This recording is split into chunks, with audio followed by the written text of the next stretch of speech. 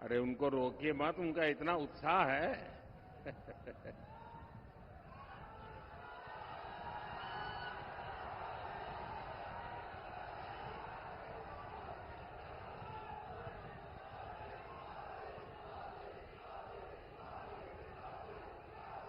आप लोग थक जाए उसके बाद मुझे कहना, फिर मैं शुरू करूंगा।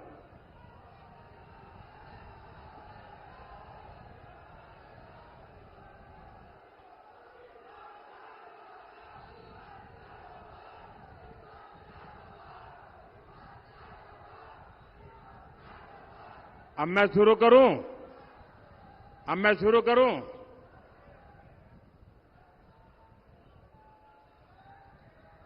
हर सिद्ध माता की, हर सिद्ध माता की,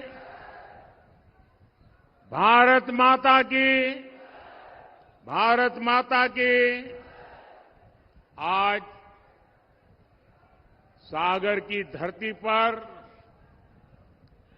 जन समर्थन का सागर उमड़ा है।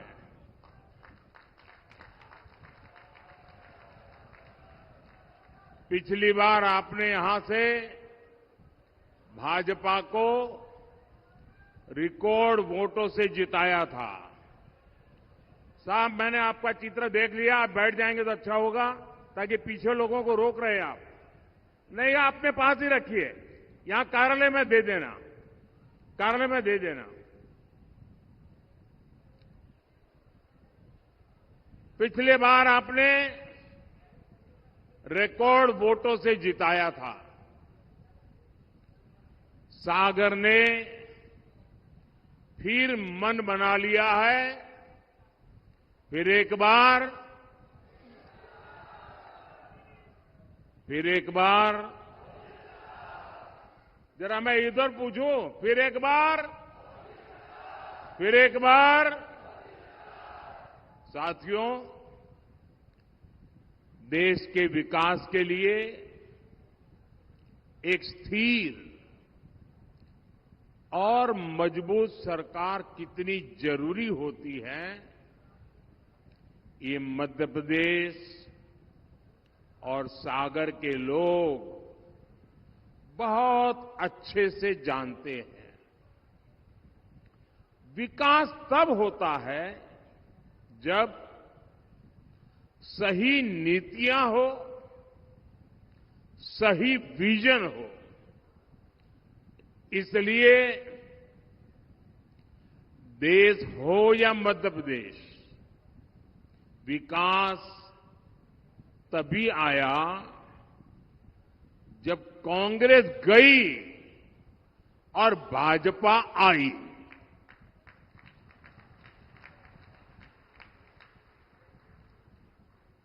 कांग्रेस के समय में एमपी की पहचान बीमारू राज्य की थी।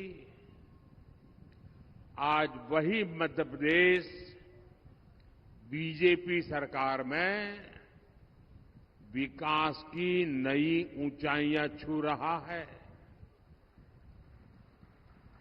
साथियों, मध्य प्रदेश में केन बेतवा लिंक परियोजना का ऐतिहासिक काम शुरू हो गया है।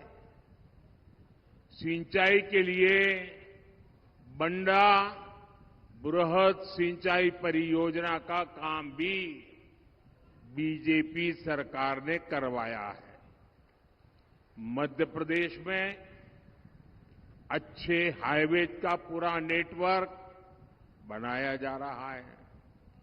नर्मदा प्रगति पथ और विंध्य प्रगति पथ हो, मालवा निमाड़ प्रगति पथ और मध्य भारत प्रगति पथ हो, बुंदेलखंड प्रगति पथ और अटल प्रगति पथ हो, एक्सप्रेस वे अब नए मध्य प्रदेश की पहचान बन रहा है। यहां ललितपुर सागर लखनादौन नेशनल हाईवे का निर्माण भी हुआ है। केंद्र सरकार ने एमपी को 350 से ज्यादा रेल परियोजनाओं की सौगात भी दी है। सागर में मेडिकल कॉलेज और अस्पताल भी बनवाए हैं। 50,000 करोड़ रुपए की लागत से बीना रिफाइनरी में पेट्रोकेमिकल कॉम्प्लेक्स का निर्माण भी शुरू हो चुका है। यानी इंफ्रास्ट्रक्चर, स्वास्थ्य, शिक्षा और सुरक्षा की जो जरूरतें थी, सभी दिशाओं में एक साथ काम करते हुए आपकी अपेक्षाएं पूरी हो रही है। अब इससे इस क्षेत्र में उद्योगों के लिए नए रास्ते खुलेंगे। हमारे मुख्यमंत्री भाई मोहन यादव जी और उनकी पूरी टीम इस दिशा में दिन रात काम कर रही है। साथियों, यहां इतनी बड़ी संख्या में माताएं बहनें भी आई हैं। गरीब के इस बेटे ने हमेशा आपकी चिंता की है। कोरोना का इतना बड़ा संकट आया, मोदी ने ये सुनिश्चित किया कि आपकी रसोई में कभी राशन की कमी न होने पाए। आज भी देश की करोड़ों रसोइयों में पीएम गरीब कल्याण अन्न योजना का अनाज पकता है। मैं अपनी माताओं और बहनों को ये गारंटी दे रहा हूं कि आपको अगले 5 वर्ष तक राशन की चिंता करने की कोई जरूरत नहीं है। माताओं बहनों की तकलीफ को दूर करने के लिए ही हम गैस, बिजली, पानी, टॉयलेट्स जैसी सुविधाएं हर घर तक पहुंचाने में जुटे हैं। मोदी ने स्वयं सहायता समूहों की 3 करोड़ महिलाओं को लखपति दीदी बनाने का भी संकल्प लिया है और ये गारंटी भी मैं पूरी करके दिखाऊंगा। साथियों, आज कांग्रेस की एक ऐसी सच्चाई देश के सामने आई है जिसे सुनकर हर देशवासी सन्न हो गया है। हमारा संविधान साफ साफ मना करता है कि किसी को भी धर्म के आधार पर आरक्षण नहीं दिया जाएगा। खुद बाबा साहब आंबेडकर भी धर्म के आधार पर आरक्षण के खिलाफ थे, लेकिन कांग्रेस ने वर्षों पहले ही धर्म के आधार पर आरक्षण का खतरनाक संकल्प लिया था। वो साल दर साल अपने इस संकल्प को पूरा करने के लिए भांति भांति के हथकंडे अपना रहे हैं। देशवासियों की आंखों में धूल झोंक करके ये अपना खेल खेल रहे हैं। 2004 में कांग्रेस ने आंध्र प्रदेश में धर्म के आधार पर आरक्षण दिया और बाबा साहब आंबेडकर की पीठ में छुरा भोंका था। संविधान के पीठ में छुरा भोंका था। फिर 2009 का चुनाव हो या फिर 2014 का चुनाव, अपने घोषणा पत्र में दोनों बार कांग्रेस ने धर्म के आधार पर आरक्षण का वादा किया।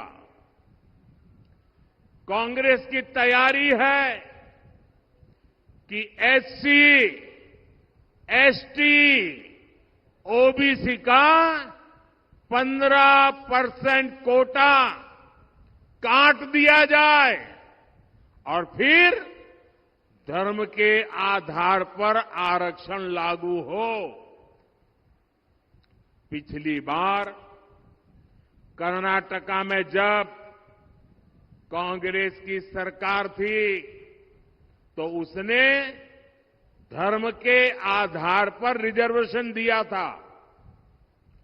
जब बीजेपी सरकार में आई तो हमने बाबा साहब के प्रति समर्पण भाव से भारत के संविधान की पवित्रता का सम्मान करते हुए हमने फैसला लिया कि कांग्रेस जो धर्म के आधार पर आरक्षण करके गई है उसको हम एक दिन रहने नहीं देंगे और हमने उसको खत्म कर दिया।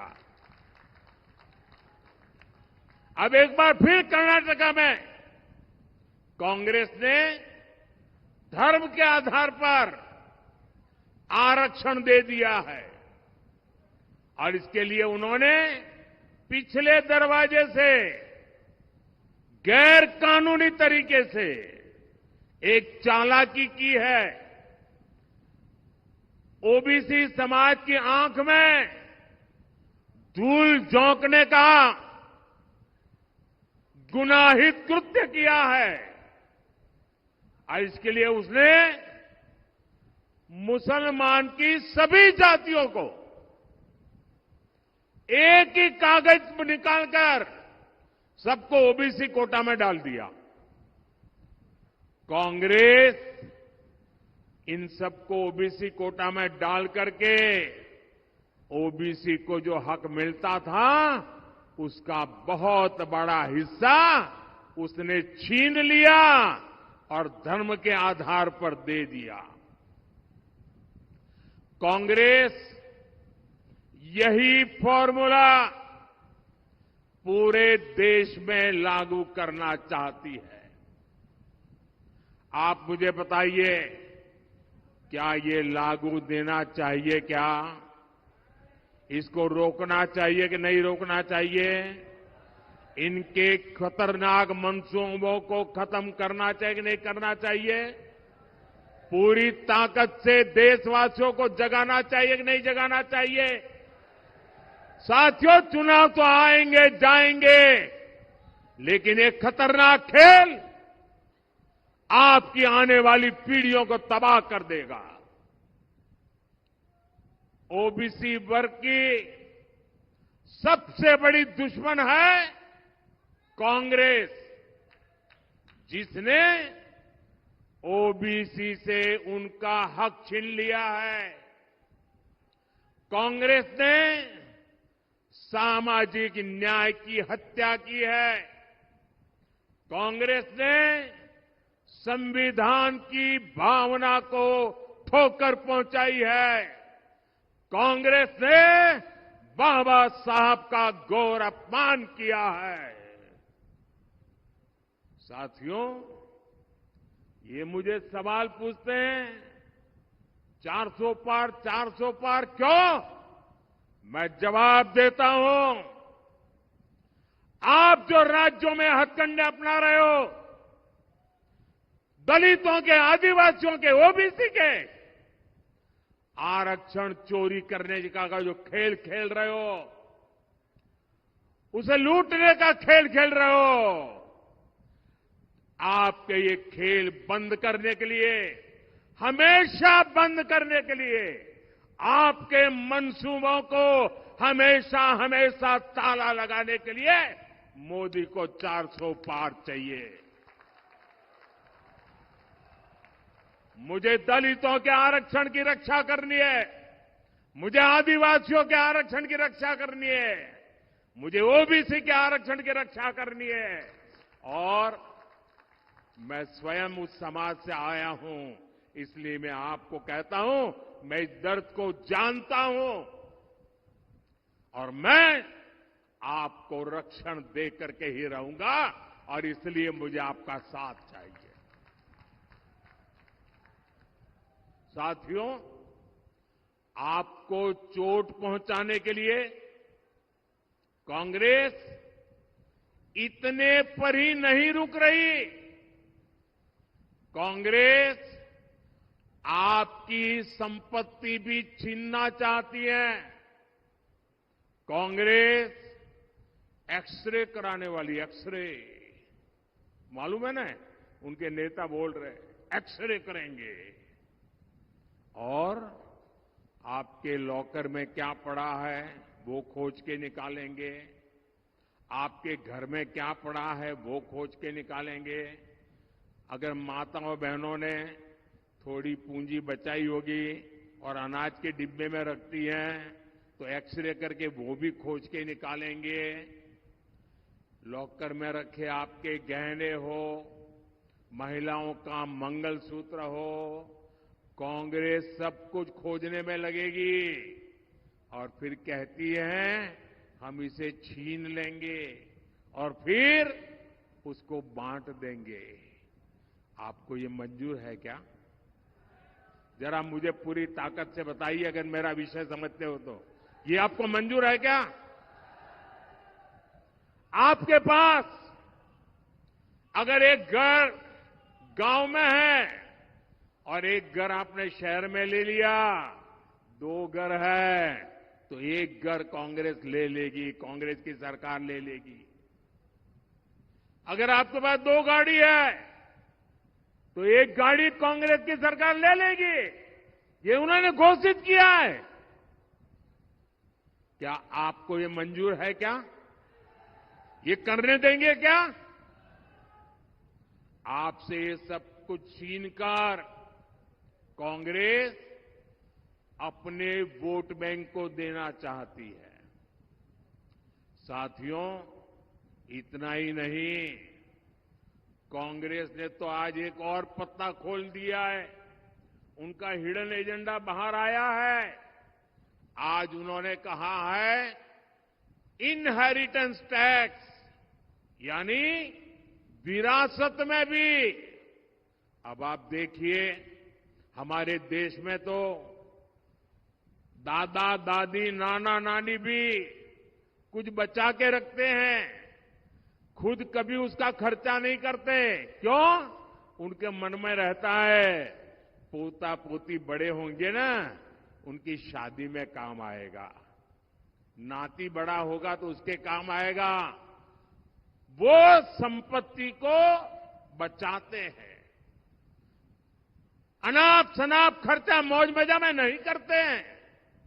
बड़ी मेहनत करके, मुसीबतों को झेल करके जो संपत्ति आपने बचाई है ना, आपने पूर्वजों ने जो संपत्ति बचाई है, जो आपको मिली है, अब ये कांग्रेस कहती है कि आप अपने संतानों को वो संपत्ति नहीं दे सकते।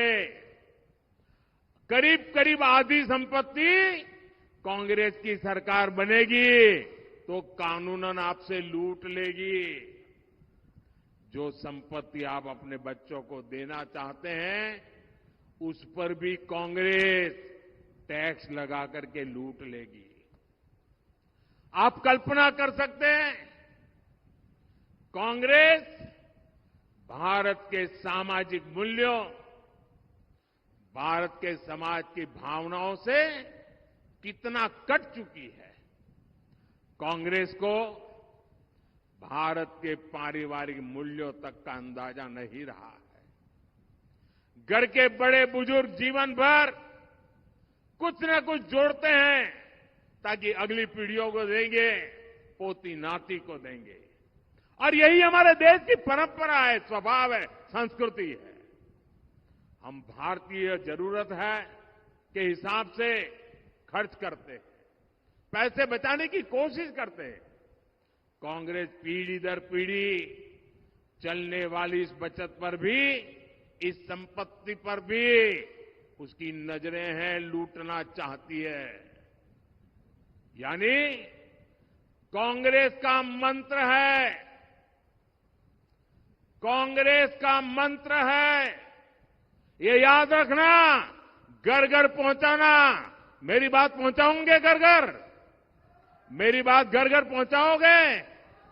कांग्रेस का मंत्र है, कांग्रेस की लूट जिंदगी के साथ भी लूट और जिंदगी के बाद भी लूट। साथियों, कांग्रेस को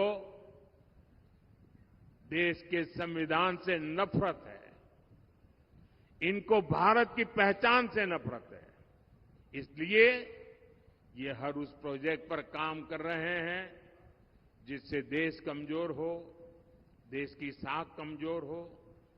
ये लोग समाज को आपस में लड़वाने के लिए नए नए पैंतरे लेकर आते हैं। हमारी आस्था ने हमें सदियों से एकजुट रखा है। कांग्रेस पार्टी उस आस्था पर हमले करती है।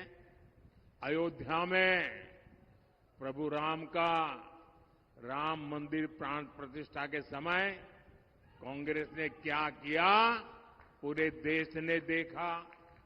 आपको याद है ना? याद है ना? भगवान राम को काल्पनिक बताने वाली कांग्रेस ने राम मंदिर के प्राण प्रतिष्ठा के निमंत्रण को ठुकरा दिया, ठुकरा दिया। क्या ऐसी कांग्रेस को ठुकराना चाहिए कि नहीं ठुकराना चाहिए? जिसने राम मंदिर की प्राण प्रतिष्ठा को ठुकरा दिया, ऐसी कांग्रेस को ठुकरा देना चाहिए कि नहीं ठुकरा देना चाहिए? आपने इनकी भाषा सुनी है? भाइयों बहनों, इनका विरोध केवल अयोध्या, राम और राम मंदिर तक नहीं है। इन्हें मंदिर और मंदिर जाने वालों से भी दिक्कत है। पिछले साल ही मैंने यहां सागर में संत रविदास जी का भव्य मंदिर का शिलान्यास किया था। तब भी कांग्रेस के नेताओं ने कहा था कि रविदास मंदिर बनाने से अच्छा था कि यहां कुछ और बन जाता। इतनी नफरत है इनको।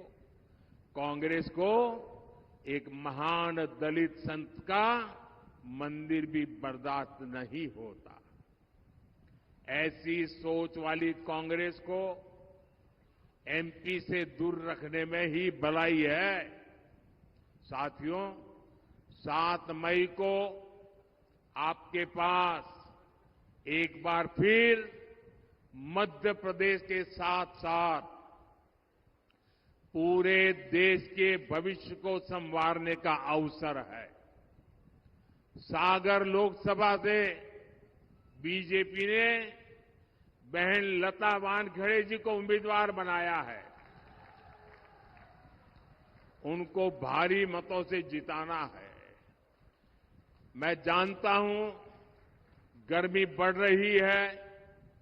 मैं ये भी जानता हूं कहीं कहीं शादी ब्याह का माहौल है। मैं भी ये भी जानता हूं कुछ लोगों को खेत में अलग अलग काम भी है। लेकिन मेरा आपसे अनुरोध है, कितना ही काम न क्यों न हो, लेकिन देश के लिए कुछ समय देना चाहिए कि नहीं देना चाहिए? देना चाहिए कि नहीं देना चाहिए? हमें अपना वोट देना चाहिए कि नहीं देना चाहिए? हमने अपने अधिकार का उपयोग करना चाहिए कि नहीं करना चाहिए? राष्ट्र निर्माण के इतने बड़े यज्ञ में हर किसी का योगदान होना चाहिए और इसलिए भारी मतदान होना चाहिए। आप मतदान करवाएंगे, घर घर जाएंगे, मतदान के रिकॉर्ड तोड़ेंगे, पोलिंग बूथ जीतेंगे। आप अपने वोट के साथ साथ जो अपनों के वोट है ना, उसको भी पोलिंग स्टेशन तक ले जाइए। करेंगे? अच्छा, मेरा एक और काम करेंगे। यहां से जाकर अपने मोहल्ले, अपने गांव के हर व्यक्ति को कहिएगा कि मोदी ने उनको प्रणाम कहा है।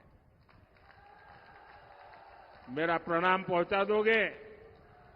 बोलिए भारत माता की, भारत माता की, भारत माता की। बहुत बहुत धन्यवाद।